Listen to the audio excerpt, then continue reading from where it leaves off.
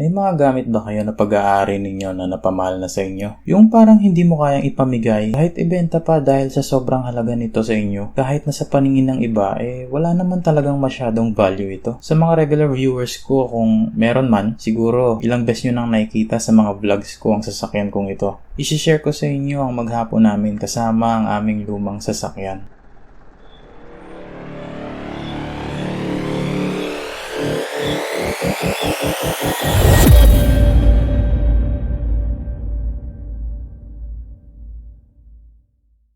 Ito yung sasakyan namin guys, ang Hyundai Starex SVX 2003 model. Hindi akong first owner nito. Ang totoo nga niyan, hindi pa masyadong matagal sa amin ang sasakyan kong ito. Pero sa totoo lang, ang dami niyang pakinabang sa akin at sa aking pamilya. Ngayong araw ay celebrate namin ang kaarawan ng aming butihing ama sa isang lugar na medyo memorable din para sa amin. Kaya magagamit na naman namin ang aming van sa pagbiyahe ngayon. Pero bago kami umalis, syempre, kailangan muna naming i-ready yung mga dadalhin namin. As usual, kanin, mga baso, kutsara, at syempre, ang uwishi, tubig. Nagdala din kami ng ilang upuan, plato at uwishi ulit.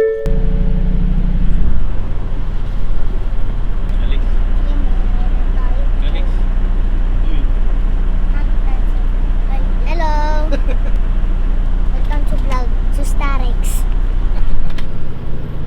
Good morning guys!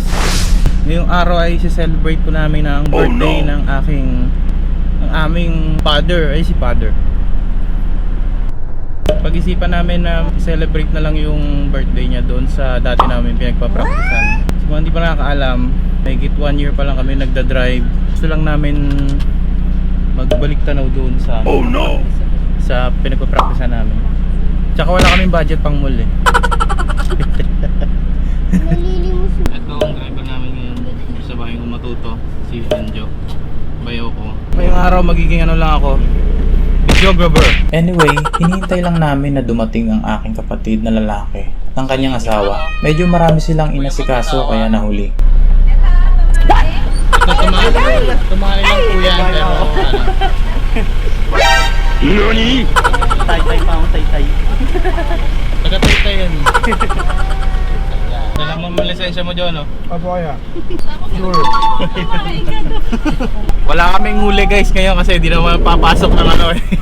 Nung nakaraan nahuli kami. Kasi nasampulan yung ano namin. Sa ano ba yun? North Luzon ba yun? North-South Luzon. Doon kami nahuli. Dahil dyan sa lintik na yan, no? Tara, let's!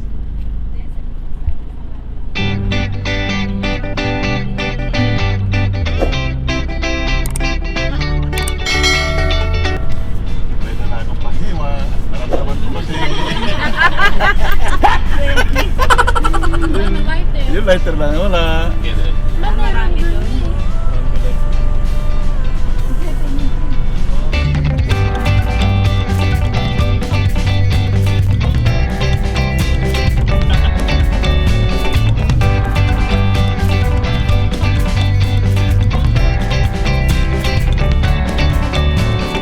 Dahil kumpleto na kami, hayaan niyong ipakilala ko sa inyo ang aming pamilya. Ito si nanay, si tatay, ang mahihain kong mga kapatid na babae na sina Ikay at Grace. Ang kapatid kong si Marvin at ang aking hipag na si Eunice. Ang kapatid kong si Mariel at ang aking bayaw na nagdadrive na si Anjo. At syempre, ang ulog ng kulit kong pamangkin na si Calix. At syempre ako. Shoutout sa aking kapatid na si Irene at sa aking bayaw at sa cute kong pamangkin na si Bryle. Malayo kasi sila kaya di na kami pumunta sa kanila. Next time na lang.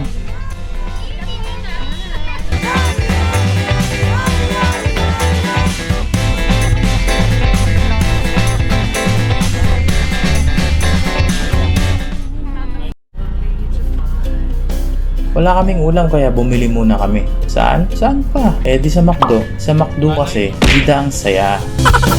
Guys, nandito tayo sa totoong pinagmamanihuhan sa drive-thru. Sabihin mo lang bakit. Ano pa? 2 pieces with rice lang. Ano pa? Ano pa? Wala na. Anong drinks na yun? Wala nang drinks. Ano na lang? Rice na lang kamo. Dalawa. Isa lang kasi kasama na yung dun sa ano. Dalawang price din po na large. Regular price lang po. Regular lang daw. Sige pa ma'am, sige pa. Repeat ko lang po yung order, sir. Chicken alakan sa chicken masa. Yun lang po ba, sir? Tsaka price ma'am. Regular price na lang. Aba. Ito po.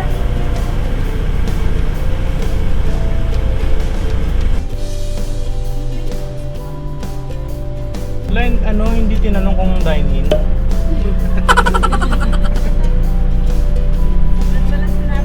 Pwede bukas sa morning. Tumama.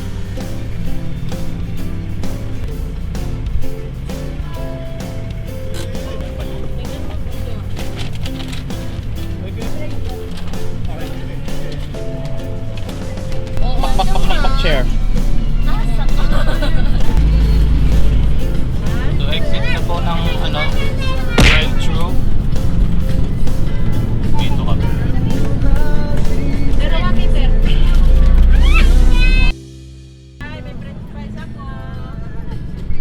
Dumaan din kami sa 7-Eleven para bumili ng soft drinks.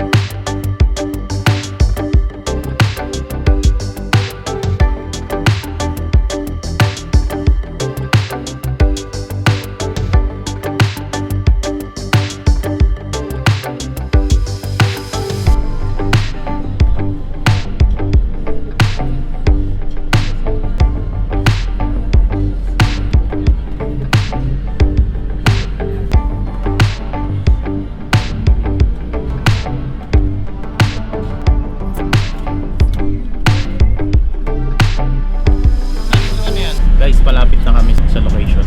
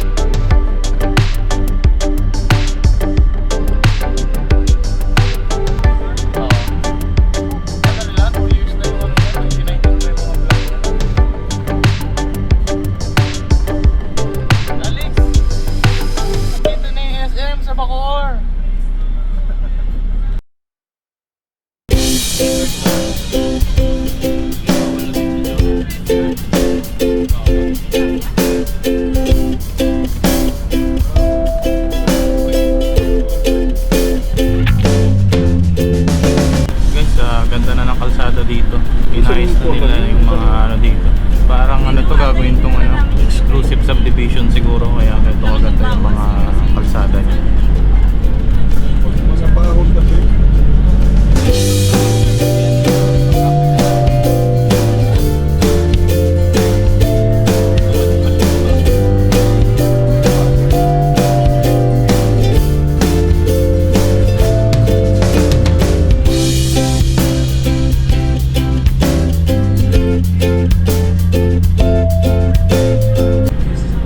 Maganda dito guys kasi dito iihian namin eh. Oh no!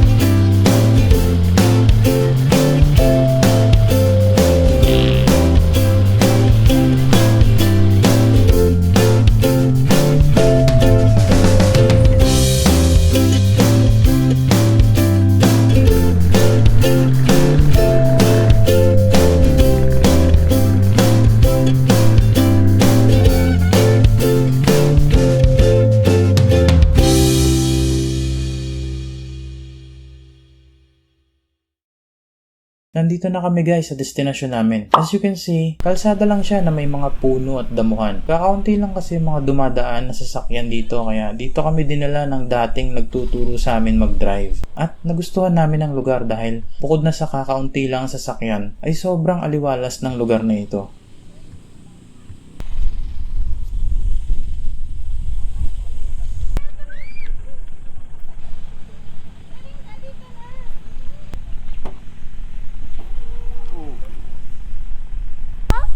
Tara, turuan kita mag-drive. Sama ko. Uy.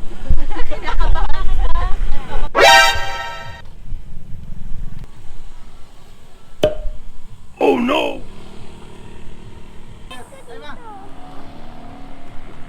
Tara ka mag-drive. Kain muna tayo.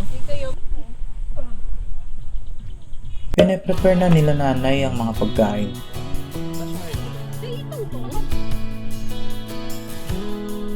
At syempre, ang special cake na gawa nila Marvin at Eunice. Sa mga gusto magpagawa ng cake, comment lang kayo sa baba. Promise, masarap siya. Hindi kayo magsisisi.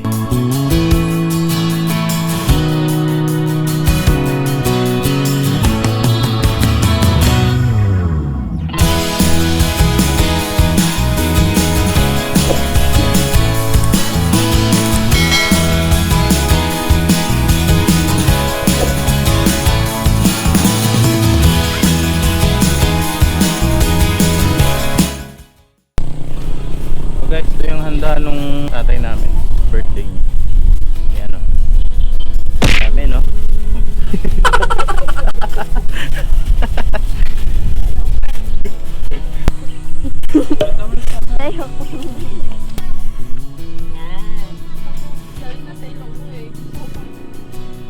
Uy! Binibigyan niya ako ng bata isang piraso. Sabi ko, baka hindi umano yun. Lakas ng hangin ako dun. Binili mo ba yan? Sa kabila. Dito ako.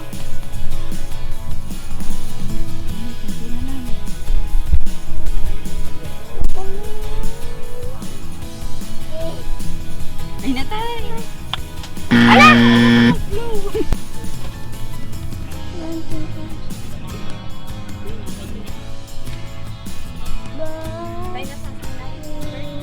Ay, nata. Hello.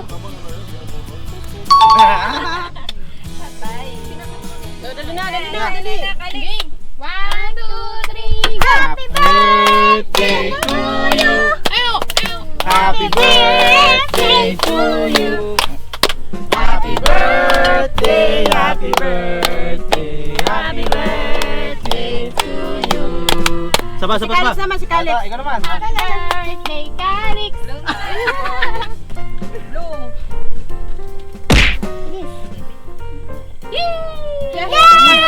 Hindi ba?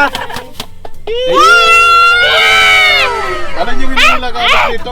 Asan na yung hinihila na? Dito ba? Hilahin. Ilahin. Meron. Naman. Amin yan, hindi. Ano masabi ng birthday celebrant daw? Thai speech.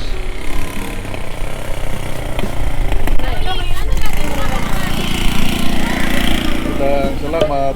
Sana ligtas tayo sa lahat ng kapahamakan. Lagi tayong malayo sa ng karamdaman. Yun.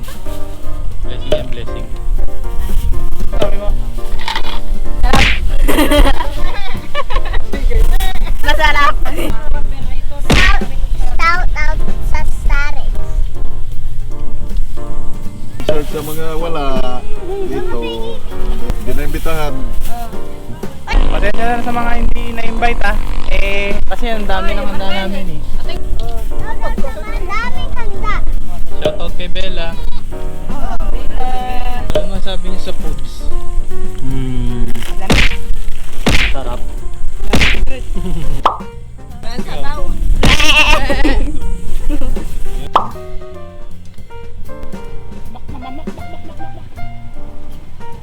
Chicken na. Thank you sa sponsor. Pinantayan nila yung cake. Tara, kain po tayo.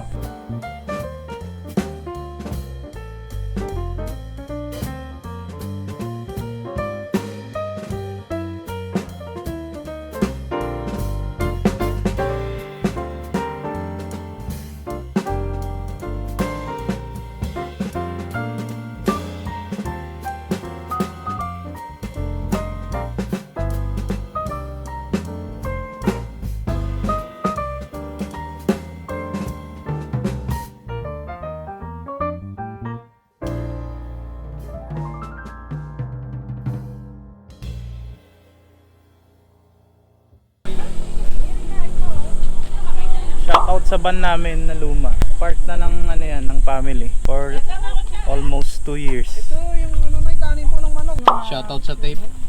Shoutout sa tape. Shoutout sa tape. Shoutout sa tape. Shoutout sa tape. After namin kumain, nag-decide ako na turuan mag-drive si Marvin kahit konti. Malaking bagay din kung matuto siyang mag-drive. Dagdag kaalaman din. Oh no!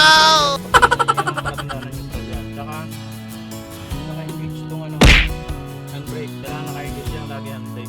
Sige, ikaw naman. Subukan natin ang galing mo, kapatid. Napakagay sabay dyan. Sabay balik naman yun. Practice ka lang sa preno. Pakapako lang yung preno pag hindi ka sigurado. Pagsunod dito konti. Nakailang ikot din kami na siyang nagda-drive kaya masasabi kong mabilis matuto ang aking kapatid. Kung siya seryosohin niya lang ang pag-aaral. Unfortunately, biglang umulan kaya kinailangan na naming iwan ang lugar at umuwi na.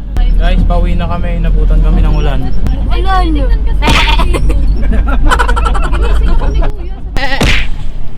Sa iba siguro sasabihin nyo na wala namang special sa sasakyan namin. Siguro sasabihin nyo na isa lamang itong luma at bulok na sasakyan at puro duct tape pa. Pero para sa akin, hindi lang ito basta isang sasakyan. Para sa akin, parte na ito ng aming pamilya. Saksi kasi ang van na ito sa mga masasaya at malulungkot na alaala ng bawat sumasakay dito. Saksi din ito kung paano ako matakot at manginig sa unang pag-arangkada ko sa kanya nung nag-aaral pa lang ako mag-drive hanggang sa ako ay matutong magmaneho. Saksi din ang van na ito sa mga malulungkot na sandali ng buhay ko. Although maraming best nang pinasakit ng van na ito ang ulo ko dahil sa mga problemang binibigay nito sa akin. Thankful pa rin ako dahil kahit saan kami dalhin ng kanyang mga gulong, ay tiwala ako na ihahatid niya kami ng ligtas. Naalala ko pa yung panahon na nag-iisip pa lamang akong bumili ng sasakyan. I pray to my Lord na sana i-bless niya ang sasakyan na mapupunta sa akin. Ibigay niya ang sasakyan na para sa akin. And then, ito na nga siya. I admit, at first, disappointment ang naramdaman ko dahil nga luma at mukhang karag-karag na ito.